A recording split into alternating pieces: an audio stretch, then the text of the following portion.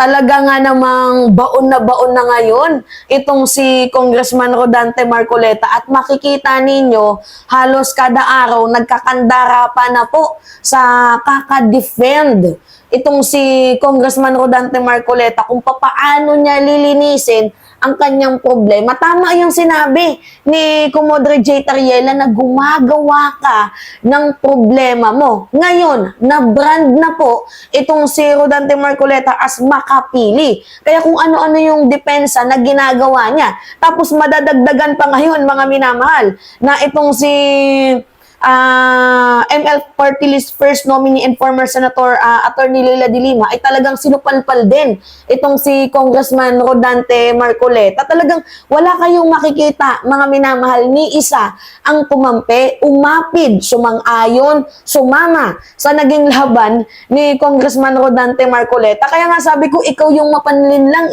hindi si Attorney Enzo Recto. Kasi munti ka niya ng cite and contempt itong si Attorney Enzo Recto. Nagmula kasi itong mga minamahal nung dumalo si Marcoleta sa TRICOM.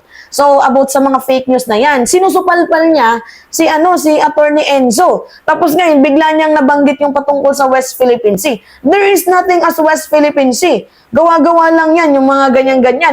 Nang dahil sa statement niya na yan, medyo hindi naman napagpukusan doon sa TRICOM, mga minamahal. Gawa nga nang yung issue doon is yung patungkol sa fake news. Pero yung kanyang naging remarks, tumatak tuloy sa mamamayang Pilipino. Now, nagsalita itong si Attorney and former Senator Leila de Lima. Ang sabi niya, the problem does not lie with Commodore Tariela, who is merely steadfast and consistent in his defense of our country, which is tama. The problem lies with the congressman who refuses to recognize our own laws on our maritime claims, thereby aligning himself with China. At ito yung nakakalungkot, mga minamahal. Kasi imagine itong si Rodante Marcoleta, sa mga hindi nakakaalam, kaya medyo na-hurt itong si Commodore J. Tariela. Kasi siya po yung nagpasa ng batas, 19 Congress, yung Republic Act 12064. Or claiming as the Philippine Maritime Zone Act. Ano yung claims nun, mga minamahal? Claims that the legal institutionalized of the term West Philippine Sea. So, nanggaling pa po sa bibig ni Congressman Rodante Marcoleta yung salitang yan at siya pa nga mismo yung nagpasa ng batas. Tapos, maririnig natin na there is nothing as West Philippine Sea. Gawa-gawa lang natin yan. Okay, uulitin natin sa inyo, mga minamahal, claiming that wala naman talagang West Philippine Sea. According dito kay Congressman Rodante Marcoleta, claiming that lang mga minamahal, na walang West Philippine Sea, hindi nire-recognize ang West Philippine Sea kasi ang tawag dyan is South China Sea. Pero yung punto dito, bakit parang hinahayaan mo na ibaon mo yung sarili mong bansa sa mga dayuhan? Kaya hindi tayo umuunlad Nagigets ninyo, walang pag-angat yung pangalan natin kasi mismong Pilipino ang humihila pababa sa kapwa Pilipino. Nagigets ninyo? Ito yung mahirap Kahit pa sabihin na natin na, gawa-gawa lang naman, hindi naman kinikilala, hindi naman nire-recognize. Dapat pinaregistered niyo yung pangalang West Philippine Sea na yan. Okay lang sana kung manggagaling sa China yung salitang yun. Kasi kalaban natin sila, kaaway natin sila, meron tayong hidwaan, meron tayong sa kanila. Pero yung manggagaling sa bibig ng isang congressman at ipaparinig mo sa napakadaming sambayan ng Pilipino, almost 100 million, sino yung hindi magagalit sa'yo niyan? Beside, mga minamahal, yung salitang West Philippine Sea, yan yung ginagamit ng ating Philippine Coast Guard, ng ating Philippine Navy, ng lahat ng nandoon na nagtatanggol sa ating maritime rights. Yan yung ginagamit nilang term West Philippine Sea bilang paggalang sa ating soberanya. At according na din, paulit-ulit kong sinasabi sa inyo, sa Permanent Court, mga minamahal, PCA 2016 arbitral ruling, atin po yan. Within 200 nautical miles or 370 kilometers within our exclusive economic zone, atin yan. Ngayon ang tanong dito, kung sinasabi mong atin yan, kasi nagbago ng sentimento itong si Rodante Marcoleta. Sabi niya, kahit anong gawin natin dyan, lumuha man tayo ng dugo, atin yan. Yan yung sabi ni Rodante Marcoleta. Parinig pa natin sa inyo, mga minamahal.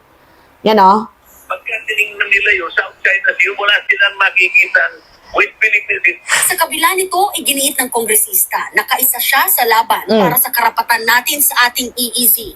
Ay pangalanan natin o hindi natin pangalanan yung exclusive economic zone, ilaban natin yan hanggang sa uling patak ng ating dugo at yan. O, narinig ninyo?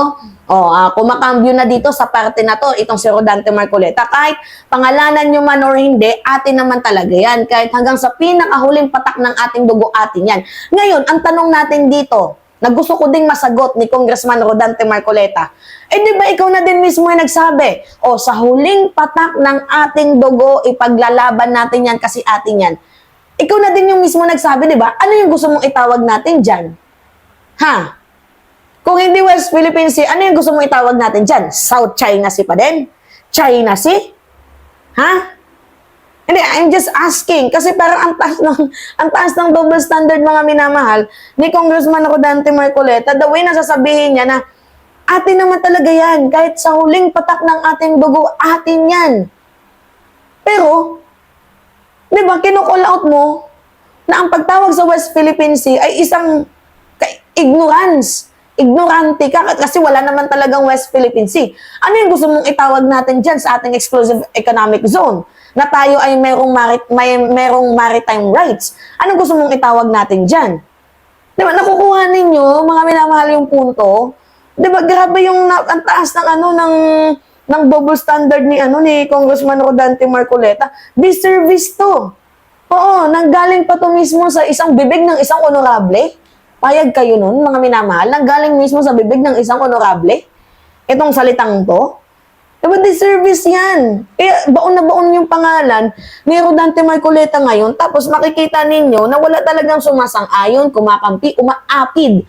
Mga minamahal, dito kay Congressman Rodante Marcoleta, kaya dapat i-abolish tong kanyang yung Sagip Party List. Ngayon, wag bigyan to ng budget na i-abolish to, walang pagmamahal sa ating bayan eh. Kahit ano pa man ang mangyari, uulitin ko, Philippine first, dapat yung mindset ninyo.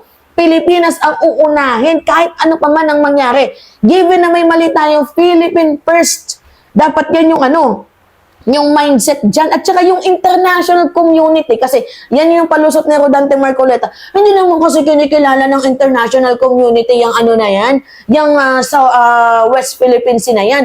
Yung international community, buti pa nga naiintindihan tayo kung bakit natin tinatawag na West Philippine Sea yan eh. Pero ikaw mismo, dito sa bansang Pilipinas, naninirahan, tumatakbong senador, hindi mo man lang kaya recognize yung West Philippine Sea na words na ginagamit ng ating mga Philippine Coast Guard, ng ating mga Navy, bilang pagrespeto sa ating maritime rights, sa ating exclusive economic zone. Diba, dami mong dada, Congressman. Diba, kaya nga sabi ko sa inyo mga minamahal, vote wisely. Diba, iboto ninyo yung isang liderato na kayang manindigan, kayang tumindig para sa ating bayan. Well, itong si Rodante Marcoleta, negative or positive, is still publicity. Diba? So, gumagawa yan ng way para uminit ang kanyang pangalan. Diba, kailangan niya uminit yung kanyang pangalan eh. Ngayon, na nakuha mo na yung attention namin, masaya ka na? Kasi sabi ko nga sa inyo mga minamahal, negative or positive, still, publicity pa din yan. Diba? Masaya ka na nakuha mo yung atensyon ng mamamayang Pilipino, nakatutok na sa'yo. Ganyan ka nakasaya ngayon. Ay nako, mga minamahal, wag niyong iboboto yan. Kaya saludo din ako sa mga tao na kahit ano yung nangyayari, pro-Pilipinas sila. Kaya dapat diretso sa inodoro tong mga taong to eh. Oo, mga minamahal, walang ibang ginawa kundi kupali ng bansang Pilipinas. Ang daming traidor, ang daming comment dito. Traidor.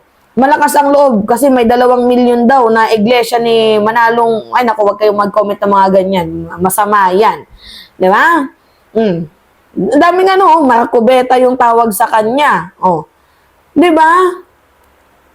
Sabi dito, July 12, basahin natin July 12, 2016, West Philippine Sea was declared as O the Hague-based Permanent Court of Arbitration ruled Tuesday in favor of the Philippines 3 years after Aquino administration contested China claims over the disputed West Philippine Sea or yung South China Sea. Bonak nga eh.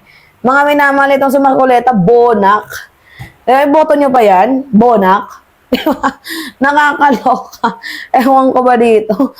Alright, mga minamahal. Anyway, yun lamang po. Binaon siya niya ni Atty. Leila de Lima. Wala eh. Bonak eh. Yun lamang po. Subscribe, hit the notification bell for more updates. Ingat mga kababayan.